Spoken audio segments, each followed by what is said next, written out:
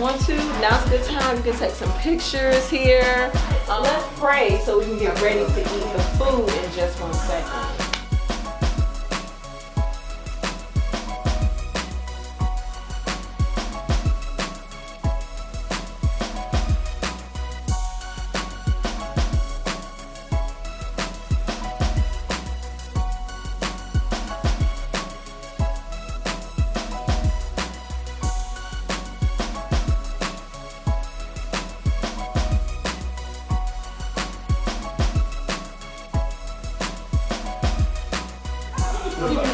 What's his name? Did you name it? No, I did not. I went to Snoop's and found him in the freezer. Don't do it. Miss Kim. Thank you so much. You're welcome, girl. You make this chicken and the potato. Oh my goodness. Did you get that? What's the name of your company? She has a company? Go ahead. Advertise right quick. You got 10 seconds. And Miss Kim, this don't stop. It don't stop. I love it. I don't have a business, although I've been prophesied over it, and God has blessed me with a lot of gifts and talents, so I'm just trying to use them to the best of my ability. I do a lot of cooking for my church and decorating for my church and family, weddings, things like that, but I do it out of love. Okay. Booked. And you are booked. It's the t-shirt. Let me know if you want one. This is for the ladies. That's for men. The who? The what? The shiny writing. Metallic.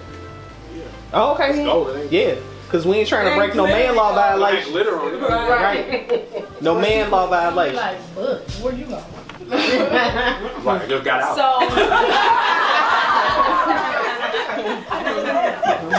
All right, so let me tell you guys about books.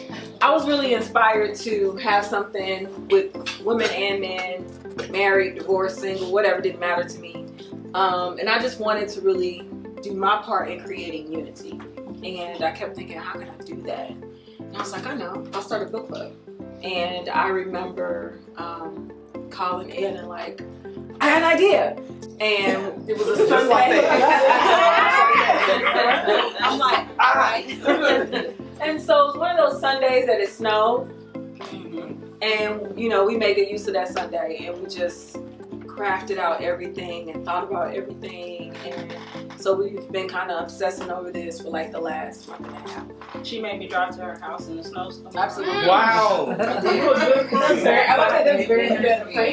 was not a snowstorm. But yes, I did. I mean, you know, the kingdom suffered violence and violence taken by force. Y'all gotta get in your word.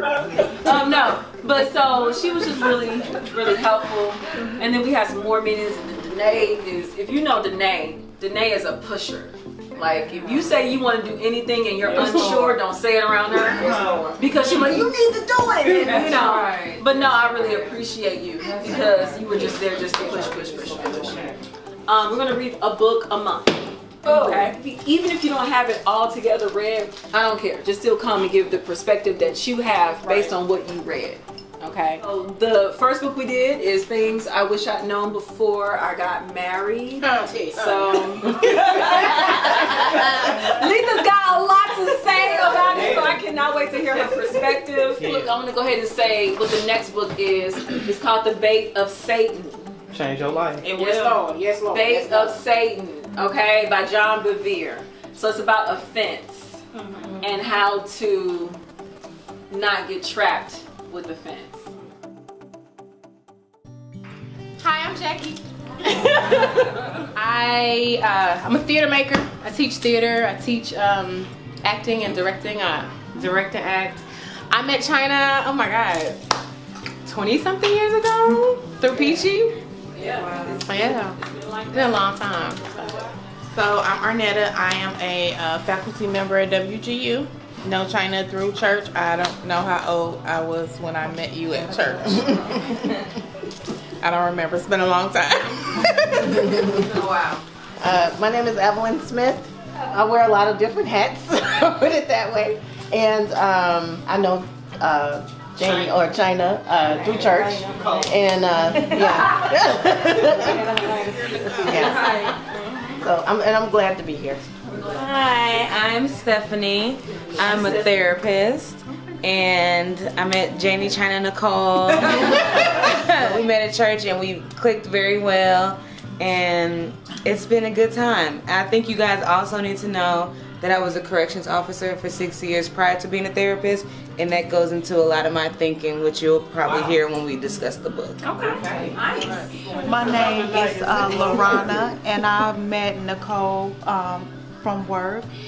And I will say, from day one, we had kindled spirits. Like she jumped out at me, I jumped out at her. I really love her. She's an awesome and an amazing woman, and I'm just blessed that she invited me here. Amen. My name is Kimberly Glover. I do LASIK surgery for a living. Outside of that, excuse me, I also have a boutique my sister owns, and I assist her with it, and that's where I met these two lovely ladies. We had a wonderful conversation. We had a Holy Ghost moment up in there.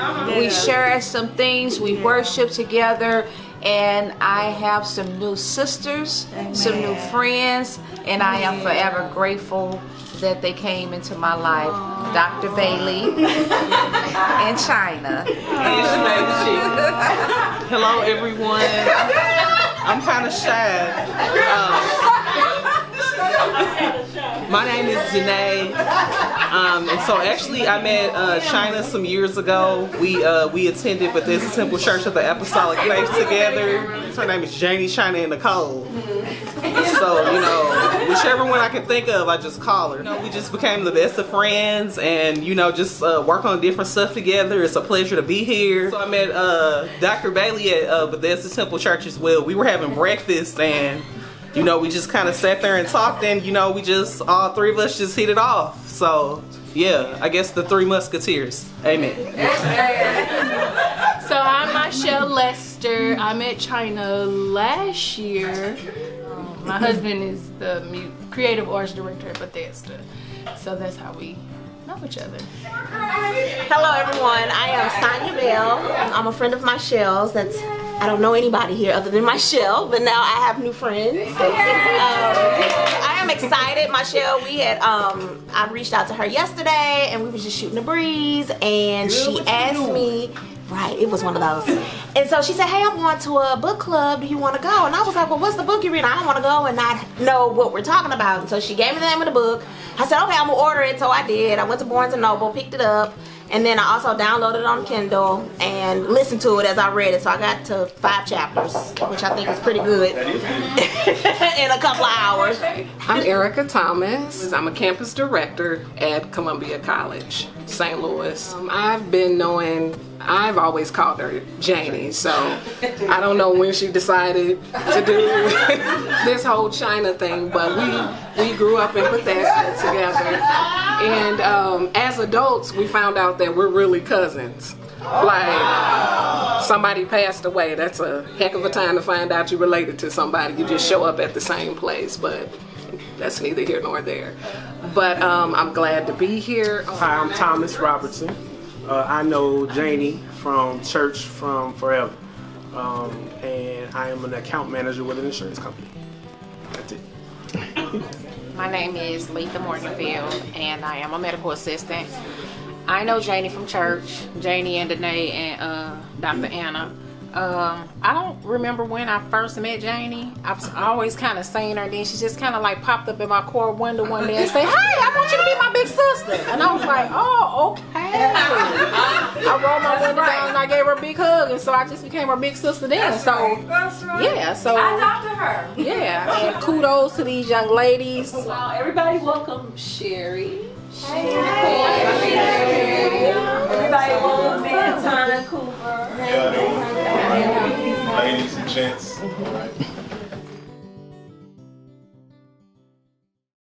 The part of the book that influenced you the most, or something that stuck out, or the part of the book that you was just like, oh my God, that's awesome. The 5 love languages. My number 1 was quality time. Just being in people's presence is you know, how I feel. So my primary love language was quality time.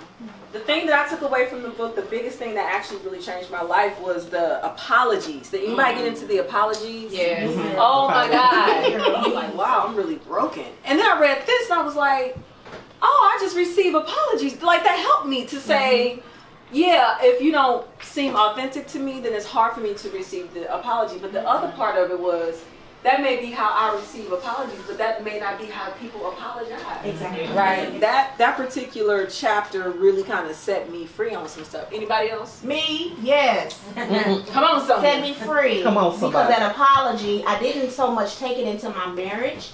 I took it into my own personal when I had to bury my mother. And I hope I don't get emotional. So I got tissue.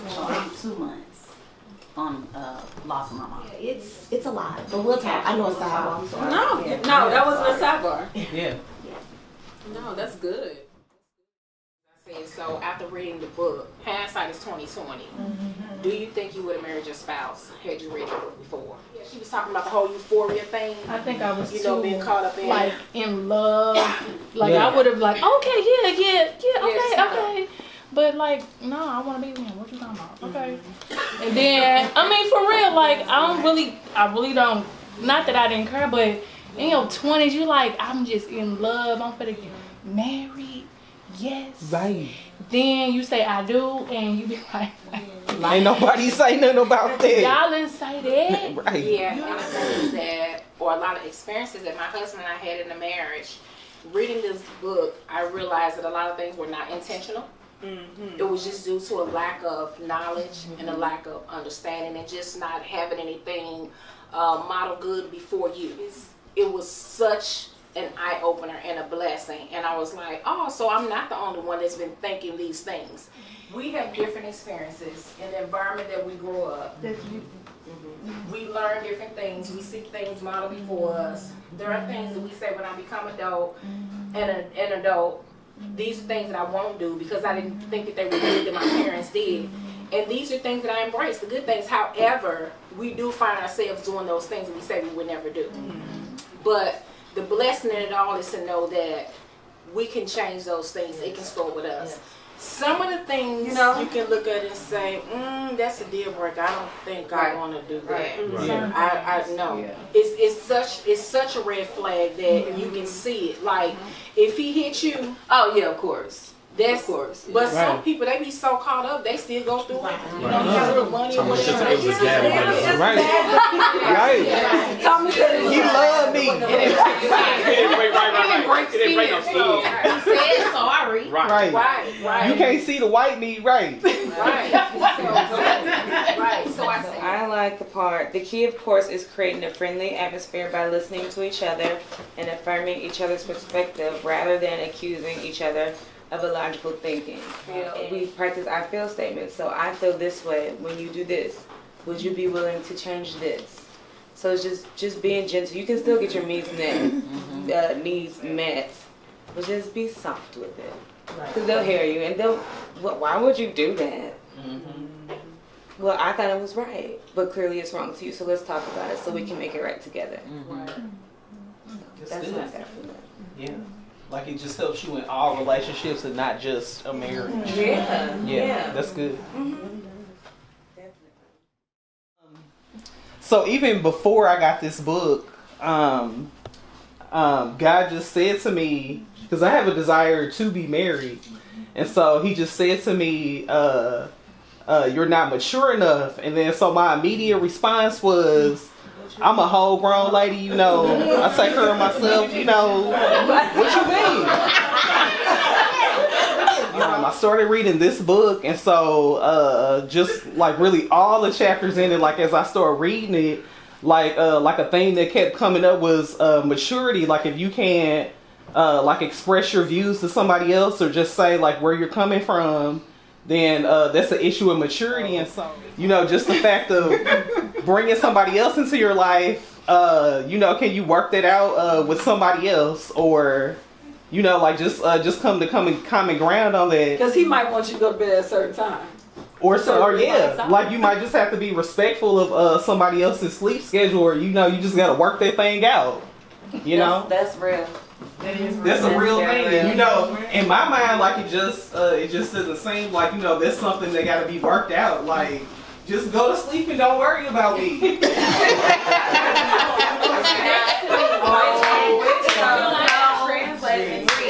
Why would you do that? It's not a problem. So it's that illogical thinking again. Yeah, this person has something that's worthwhile to say, and it's about acknowledging like their thoughts, their views, their opinions are worthwhile. This is true. A lot of times our family experiences, they're going to shape us. And then if you've had a long time being independent and not having to consider someone else's way of doing things, when you bring two people together, I mean, it's just like two roommates coming together. You coming from two different worlds. So that is a real thing, respecting each other's boundaries, realizing that each other has different backgrounds. What is offensive to you is not offensive to them. Your big thing is a little thing to them. So it does take maturity to get to the place where you realize my way is not the only way. Right. And we've been married almost 11 years, and it's still like, I think I'm getting into it now, and even with kids, like I had to get used to the noise and all the fighting, and it's an adjustment.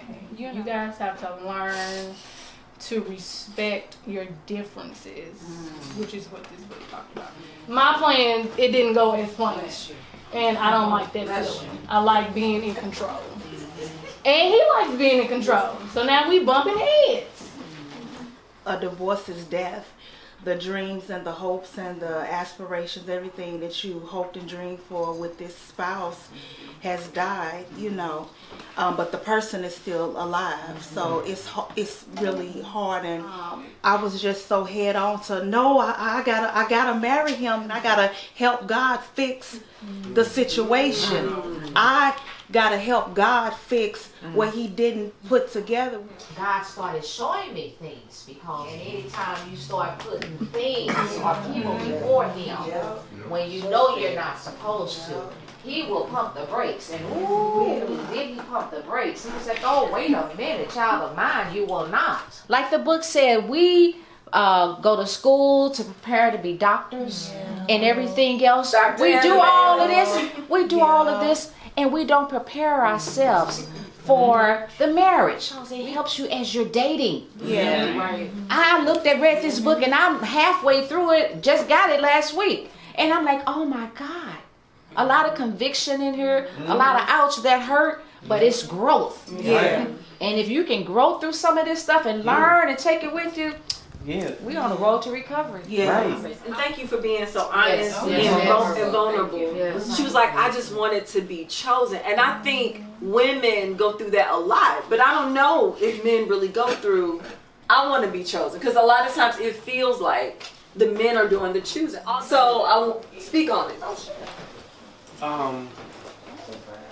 In a roundabout way, I guess I'll get to your question. Okay. For me, the first chapter was the best chapter for me, right? Because it talked about that it said 2 years of being in love, and it talks about that that in love period. And for me, and I don't know if most men are like this, but I know for me, that in love or wanting to choose is not an immediate emotional attachment. It's like, I like her, I'm digging her, I'm feeling her, we're dating. But when you get to that point where you're in love and you want to choose, then it's like it's hard to see those things that he talked about, that the book goes on to talk about. It's hard to communicate those things as far as the family differences, as far as the seeing the faults and communicating, because to me the whole book is about communication. I can't speak for all men, but I say for me, that period of that wanting to be chosen, sure, you want the person to choose you. When you get to a certain age and you've been in church and they say, you know, he's saved and he got a job and he got this, he should be married. Right. He can speak he got a pulse, he should be married. So to me, it's not necessarily this pressure of being chosen, but it's like, okay, let me get to this point where everybody, my parents were at this point. They got married. The people in the church that are at this age, they're married. Right. My peers are married. Right. But it's important to have that communication for all these different, and to do it honestly. Because I think that's the thing that he talks about in the book, and the other thing as far as communicating, but then also realizing the person is not your spouse, or the person you're dating is not your adversary. But that in your communication, even when you're dating, it's not a situation where it's like, I'm trying to win, so it's gonna be, let's compromise so it's my way.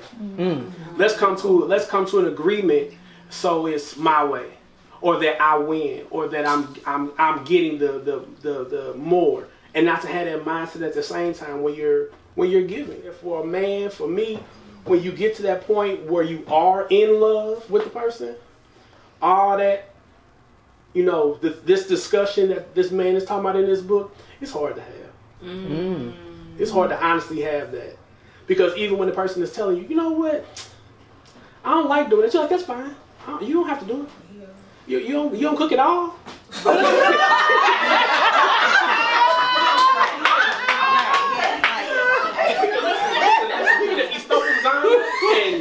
It's totally fine. I can cook.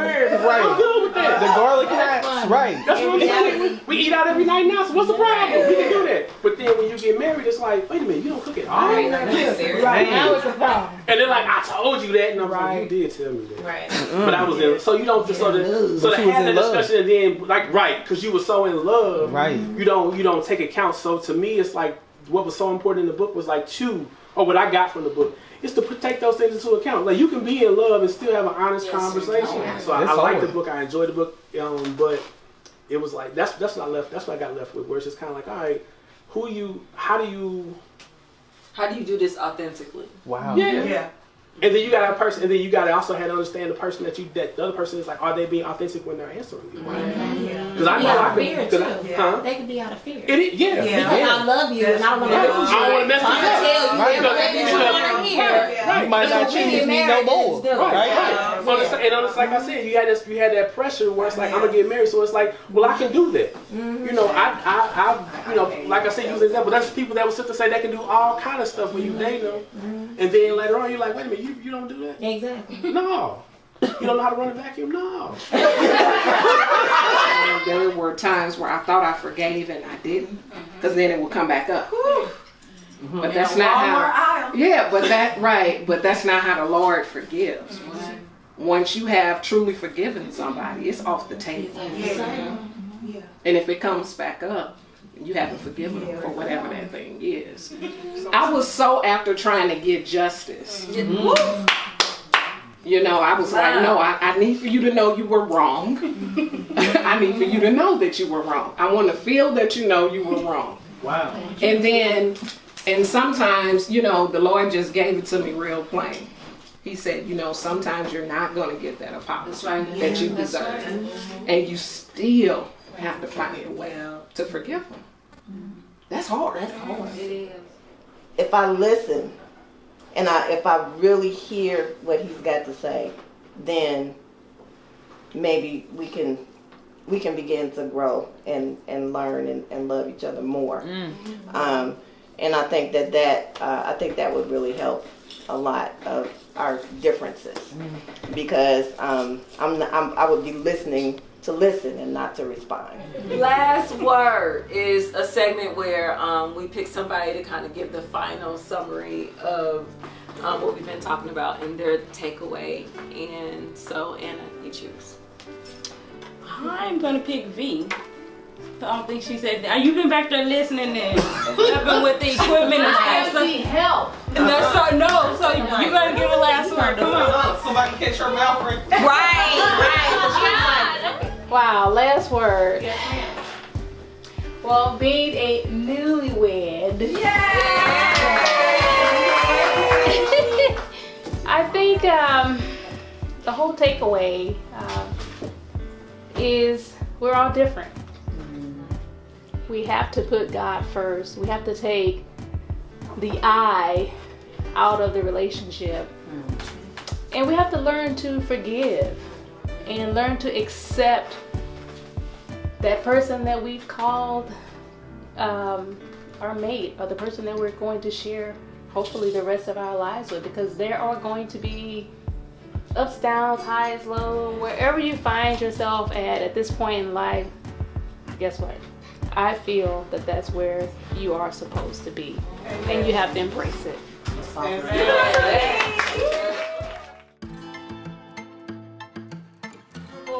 Or just really kind of shared their truth. So I really want to give this to Lily. I really feel like you just, there's your soul. I love you, sis. I really do. I love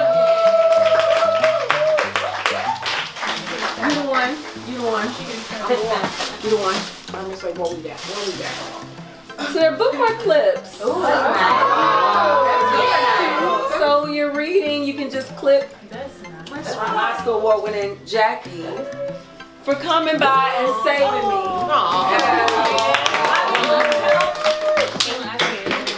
I needed some help and she came all the way through. So I want to say let's start being more interactive in the Facebook group. That's what it's for.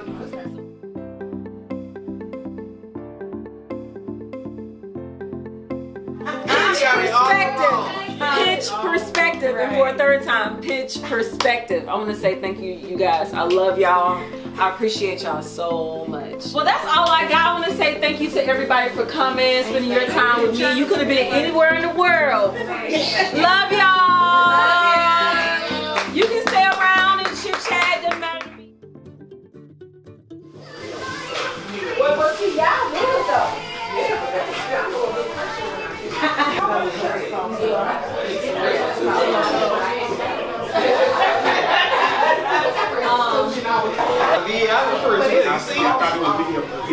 Smile. Look, let's get us a picture. I'm not very photogenic, so That's video.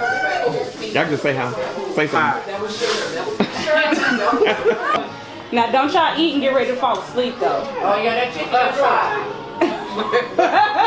And you in the corner too. I'm in the cut. And make sure y'all get all the meat off them bones. Oh, that is important. No, that's So that's what you do. It's so good.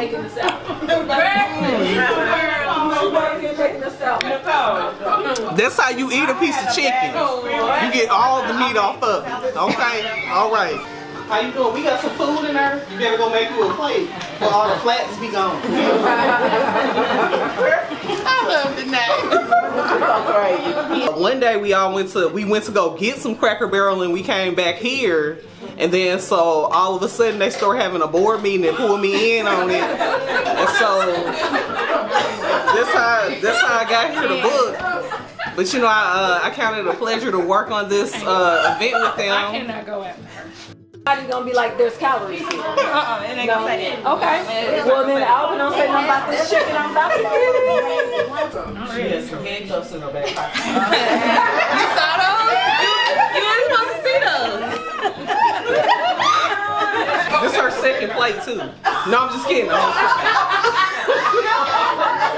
I'll hold it now. Go ahead. I don't care. I was hungry and saving my calories for this event. Girl, shut your mouth. What's really going on? She's sitting in the back and she quiet. I don't know. In a way. She's trying to get saved. She trying. You see me in church? I have not. How come I haven't seen you? Because you sit in the front. She sit in the back.